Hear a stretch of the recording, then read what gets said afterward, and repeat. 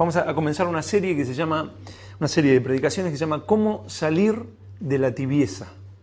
¿Cómo salir de la tibieza? Y la primera parte se llama una catástrofe llamada tibieza. Y bueno, vamos a ver qué es la tibieza, ¿no? Y el peligro que tiene el ser un tibio, ¿no?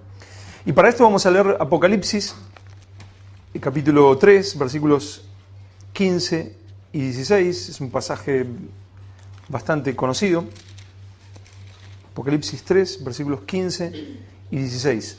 Y está dentro de los 7 mensajes que Jesús le da a 7 iglesias, ¿no? Le da un mensaje a cada iglesia. Y le habla a la iglesia de la Odisea, en Apocalipsis capítulo 3, versículos 15 y 16.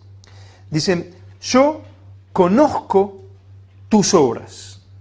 O sea, el Señor claramente conoce lo que hemos hecho durante esta semana, cómo hemos vivido, lo que hemos hecho con nuestra vida. Dice, yo conozco tus obras, que ni eres frío ni caliente. Ojalá fueses frío o caliente. Pero por cuanto eres tibio y no frío ni caliente, te vomitaré de mi boca. O sea, ni frío ni caliente, tibio, en el medio. ¿Qué le va a hacer? Lo va a vomitar de su boca. Un poco para entender qué es ser tibio, vamos a buscar más por el lado de qué es ser caliente, ¿no? Lo que aquí dice, que dice, no eres ni frío ni caliente, eres tibio. Bueno, vamos a ver qué es ser caliente, como aquí el término que está usando Jesús. Esta palabra que utiliza ahí proviene de la palabra griega theo, o seo, como diríamos en Latinoamérica. Sí. Y es lo mismo que celo. Celo también proviene, la raíz también es theo o seo, la palabra celo, ¿no? Y se puede traducir, según el diccionario Strong, como ferviente, fervoroso, tener calor de sentimiento por algo o en contra de algo. Esta palabra puede describir una pasión que podría ser la envidia, ¿no? Una persona es envidiosa y tiene esa pasión por esa envidia y es capaz hasta de matar, apasionadamente envidioso, ¿no? O puede ser alguien que es de pelear y que se enoja y se enfurece por algo, o tiene mucho interés en algo, es ese empresario que está dispuesto a matar a quien sea con tal de lograr lo que quiere, o una persona que quiere ser famosa y está dispuesta a dejar lo que sea, porque tiene ese celo por lograr eso que tanto anhela, tiene esa pasión, ¿no? O sea, la persona es movida apasionadamente por algo, tiene celo, tiene pasión, es ardoroso, fervoroso, ferviente por algo. Y esta es la raíz del movimiento que deben conocer, el movimiento celote de la época de Jesús, ¿no? Que eran una especie de revolucionarios violentos que luchaban por liberar al pueblo de Israel de la opresión romana, ¿no? Y ellos se llamaban a sí mismos los celotes, los apasionados, los que tenían celo por el pueblo de Israel y todo lo que le hiciera mal al pueblo de Israel, ellos estaban dispuestos a matar, a hacer lo que sea, con tal de liberar al pueblo de Israel de la opresión romana. O sea que es una pasión, ¿verdad? Es una persona ferviente, fervorosa. Y este celo, en el caso de lo que está diciendo aquí Jesús, que está hablando de ojalá fueses frío o caliente, caliente es un celo puesto por Dios, es la vida de Dios en la persona. Y esto lo vemos en Romanos 12, 11. Si quieren pongan ahí una marca en Apocalipsis 3. Y vamos a ver Romanos 12, 11. Donde Pablo está aconsejando a los romanos, a nuestros hermanos en Roma. Y dice Romanos 12, 11. En lo que requiere diligencia, o sea, lo que se necesita hacer con prontitud, no perezosos. Eso de que, bueno, las cosas del Señor son para el Señor sabe. No. Lo que requiere diligencia, no perezosos. Fervientes, y ahí usa otra vez la raíz, es esta palabra seo, fervientes en espíritu, sirviendo al Señor.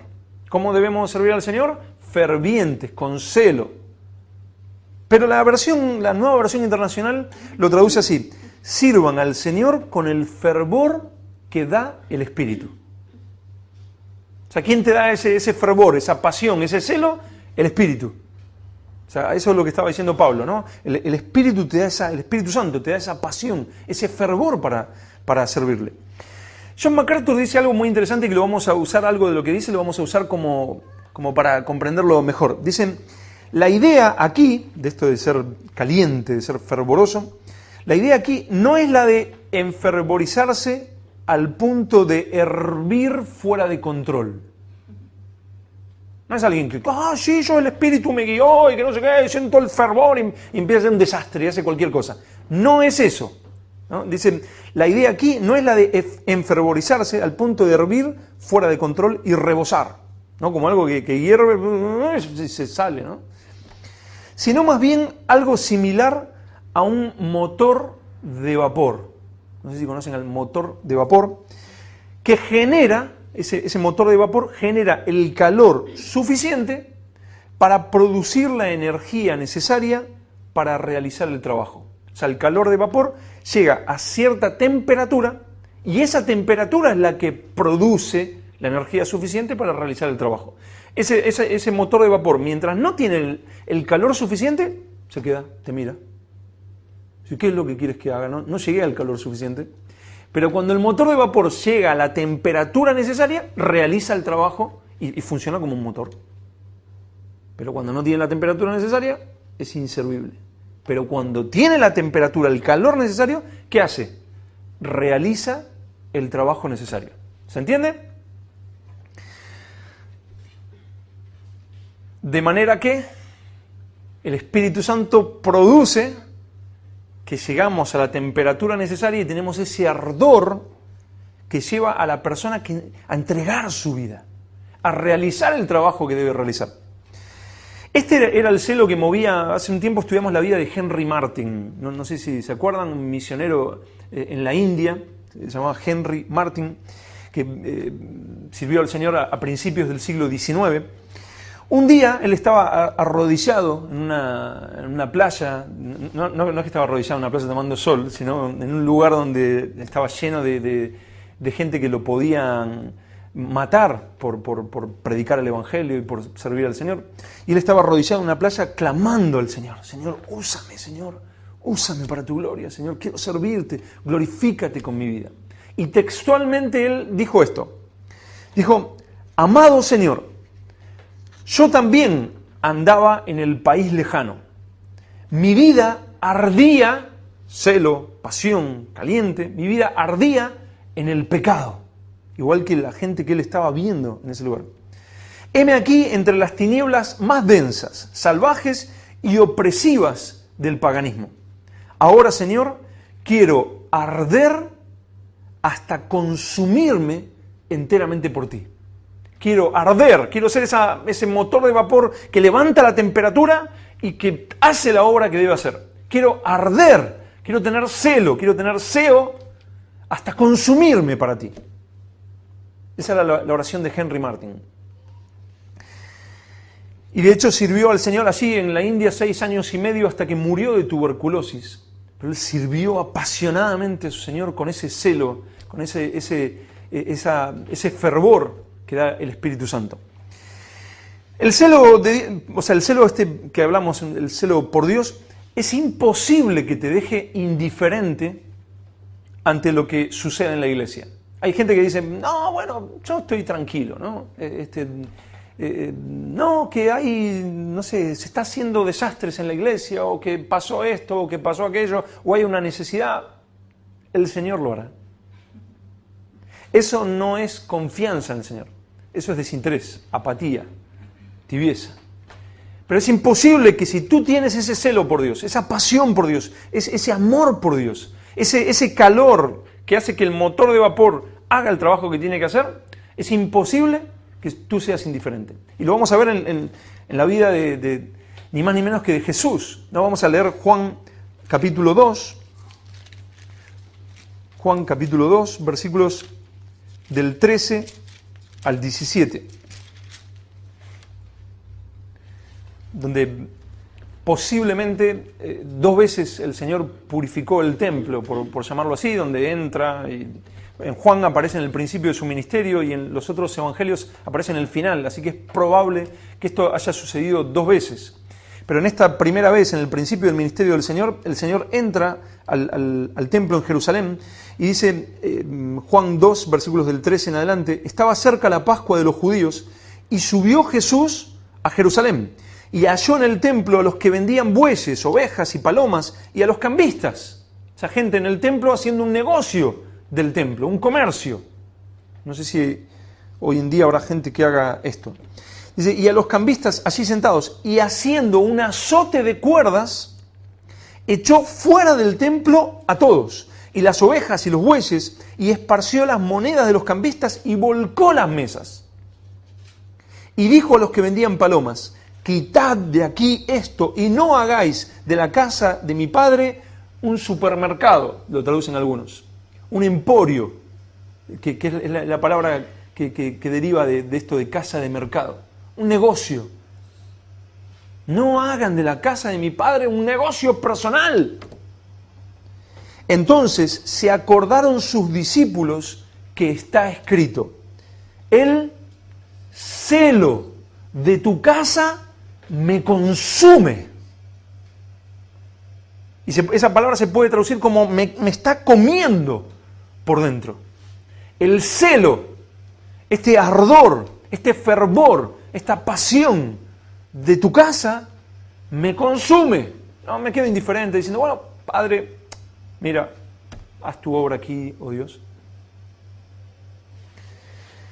Y esto es lo que le pasó también a Elías. Elías, recuerdan que el pueblo de Israel estaba adorando a Baal y el pueblo estaba totalmente corrompido en idolatría.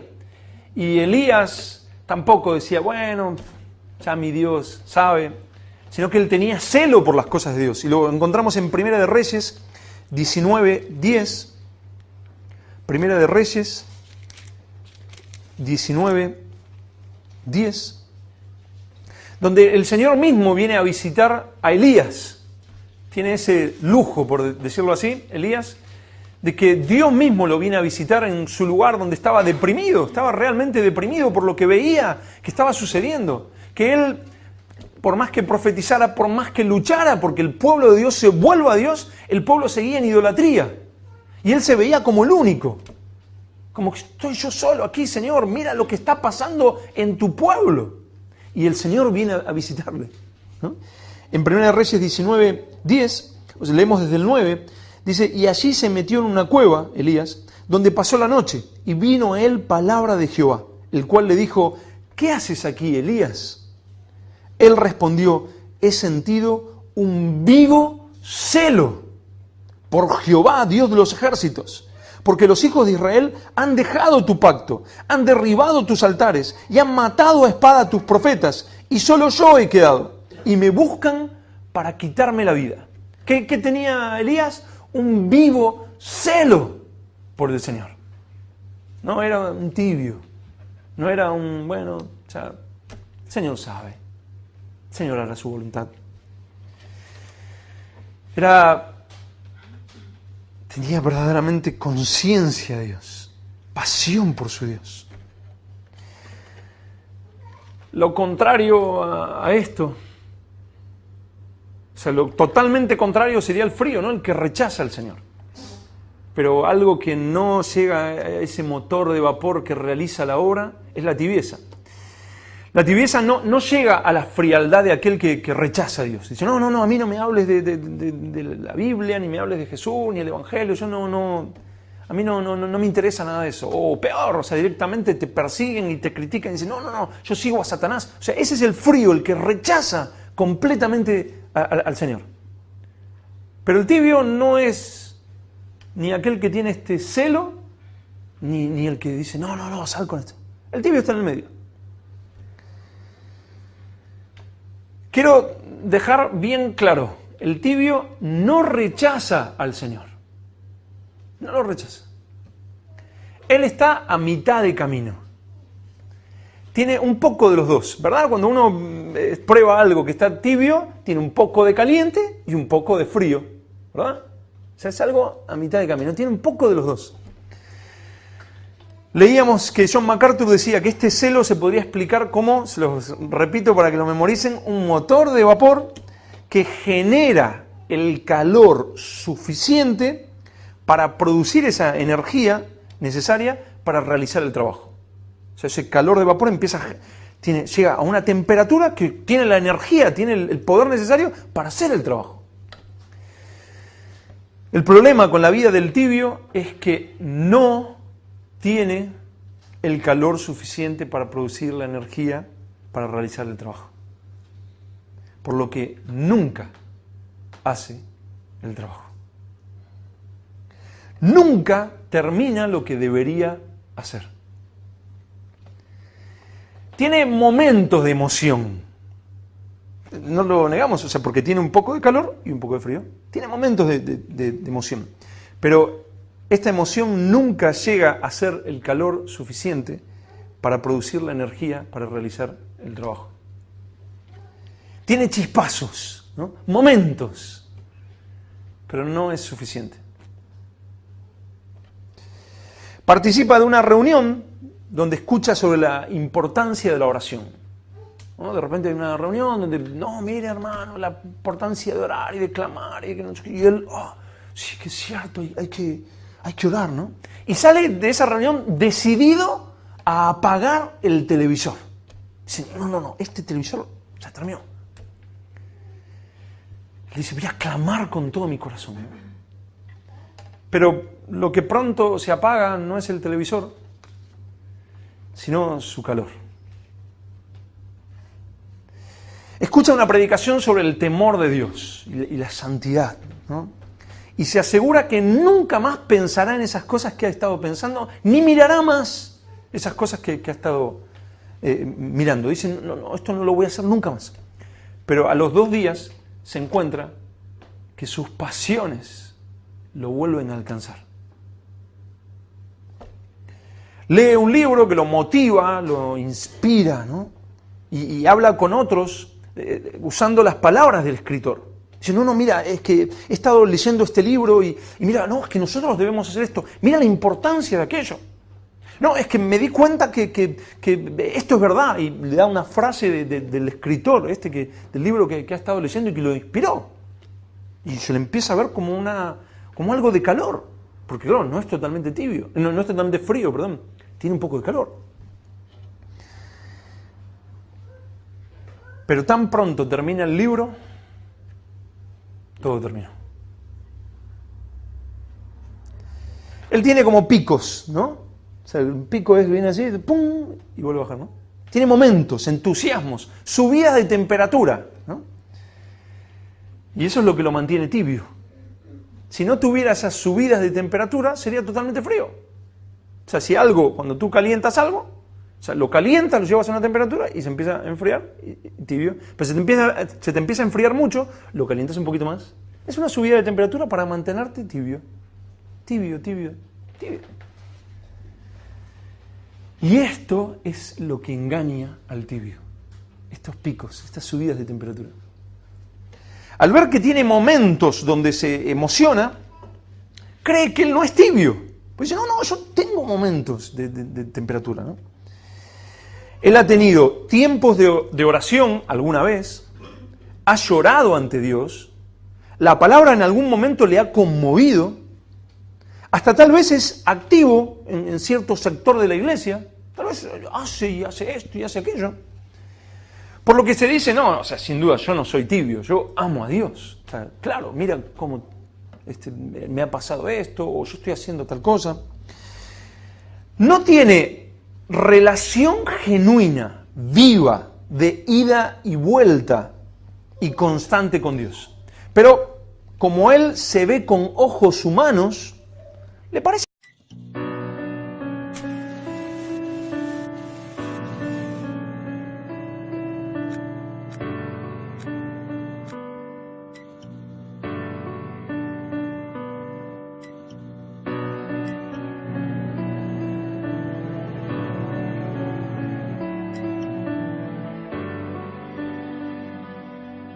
Your precious blood has ransomed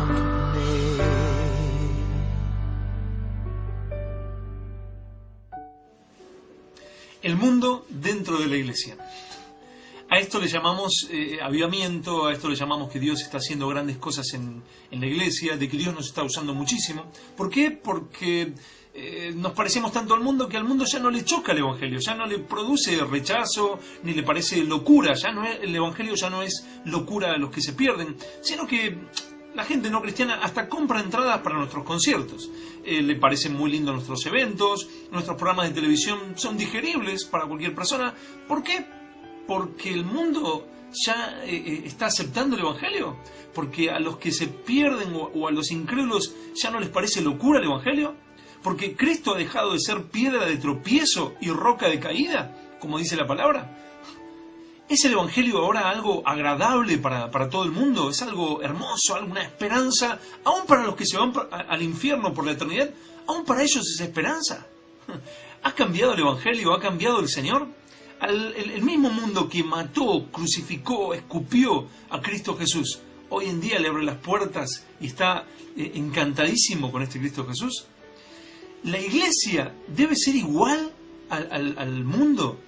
¿Debe ser exactamente igual? ¿Los cristianos somos iguales? ¿Se debe borrar la línea divisoria para que la gente vea que, bueno, al fin de cuentas es más o menos lo mismo, pero con más esperanza? Son más alegres. ¡Ah, qué lindo! No son aburridos. ¿Es así? ¿El mundo debe entrar dentro de la iglesia? ¿Es que la iglesia ha convertido al mundo de tal manera que ya el mundo está encantadísimo con el Señor y con la iglesia? ¿O es que el mundo ha entrado dentro de la iglesia y ya no se ve la diferencia? Vamos a leer 2 Corintios capítulo 6, versículos 14 hasta el 18, donde nos habla de qué relación debemos tener con el mundo. Dice: no os unáis en yugo desigual con los incrédulos. Porque ¿qué compañerismo tiene la justicia con la injusticia? ¿Y qué comunión la luz con las tinieblas? ¿Y qué concordia Cristo con Belial? ¿O qué parte el creyente con el incrédulo? ¿Y qué acuerdo hay entre el templo de Dios y los ídolos? Porque vosotros sois el templo del Dios viviente, como Dios dijo: habitaré y andaré entre ellos y seré su Dios, y ellos serán mi pueblo. Por lo cual, dice la palabra, salid de medio de ellos y apartaos, dice el Señor, y no toquéis lo inmundo, y yo os recibiré, y seré para vosotros por padre, y vosotros me seréis hijos e hijas, dice el Señor Todopoderoso. Y el capítulo 7, el primer versículo, dice: así que, amados, puesto que tenemos tales promesas, limpiémonos de toda inmundicia de carne y de espíritu, perfeccionando la santidad en el temor de Dios. Aquí dice: salid de en medio de ellos y apartaos, dice el Señor, y no toquéis lo inmundo, y yo os recibiré. En esta época se rechazaba a los ídolos, y ahora lo vamos a ver lo que sucedía, qué fruto tenía este rechazo de los ídolos y esta amonestación contra la idolatría. Pero hoy en día se premia a los ídolos, ¿no? Hoy en día vemos que la línea divisoria entre los cristianos y los no cristianos se ha borrado, que el mundo ha entrado, que nuestros conciertos, nuestros eventos, nuestras predicaciones, nuestros libros se parecen muchísimo a los no cristianos. Nos parecemos motivadores, simples motivadores empresariales, nos parecemos gente que habla de autoayuda, nos parecemos a sociólogos, psicólogos. Nuestros eventos tratan de ser lo más modernos posibles, lo más suaves posibles, lo más lindos posibles a los ojos de cualquier persona no cristiana. ¿Para qué? En nombre de la evangelización. Y si invitan a un músico o a un pastor a una entrevista, él dice: bueno, nosotros no somos religiosos, yo no vengo a traer una religión, yo simplemente vengo a traer un mensaje positivo, algo positivo, un mensaje de esperanza. ¿A qué se refieren con un mensaje de esperanza? Todo va a estar bien, el país va a salir adelante, tu vida va a salir adelante. Hoy tienes un día malo, mañana tendrás un día mejor. ¿Sin Cristo? O sea, no necesitan a Cristo, no necesitan al Señor, no necesitan arrepentimiento, no necesitan fe en Jesucristo. Todo va a salir más lindo porque somos los motivadores del Señor. ¿Es así? Miren, vamos a ver lo que sucedía con los cristianos del primer siglo por su rechazo, por su amonestación a la idolatría, por su rechazo a las costumbres de este mundo, por la diferencia que había entre los hijos de Dios y los hijos de las tinieblas. Miren, en el año 64 después de Cristo se entabló un proceso judicial acusando a nuestros hermanos de odio al género humano. Así se dictaminó, non licet vos esse, lo cual significa no tienen derecho a existir. El cristianismo se transformó así en una religión ilícita, legalmente prohibida. Lo que sucedía es que corrían muchas versiones distorsionadas de lo que hacían los cristianos en sus reuniones y sus creencias. Sumado a esto que los romanos tenían su propia religión oficial, que incluía la adoración de muchos ídolos y del mismo emperador como un ente divino. Los cristianos no solo rechazaban esto, sino que predicaban que todos esos ídolos eran vanidad y dioses muertos y falsos. Por ejemplo, tenemos el caso de Policarpo, el discípulo de Juan, que se negó a decir que el César era el Señor, diciendo que Jesús es el Señor, a lo que la muchedumbre en el Coliseo romano respondió con la acusación: es el aniquilador de nuestros dioses. De esta manera los cristianos comenzaron a sufrir cárcel, flagelación, decapitación, condena en la arena del circo romano con torturas siempre nuevas y diversas, como por ejemplo ser asados en una parrilla, comidos por leones, atados a postes y prendido fuego para iluminar los jardines de Nerón. La religión cristiana fue declarada extraña e ilícita en el decreto senatorial del año 35, perniciosa, según Tácito, malvada y desenfrenada, según Plinio, nueva y maléfica, dijo Suetonio, tenebrosa y enemiga de la luz, Octavius de Minicio, detestable, dijo Tácito.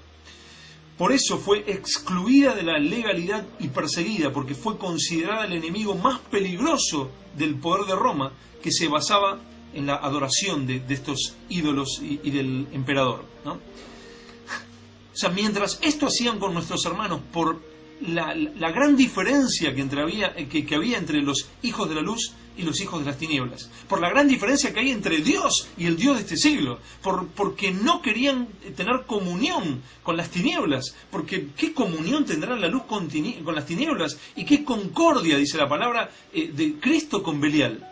Por esto eran perseguidos, rechazados y asesinados. Mientras hoy, como decía, premiamos a los ídolos de este mundo, por ejemplo en los premios Grammy hace poco.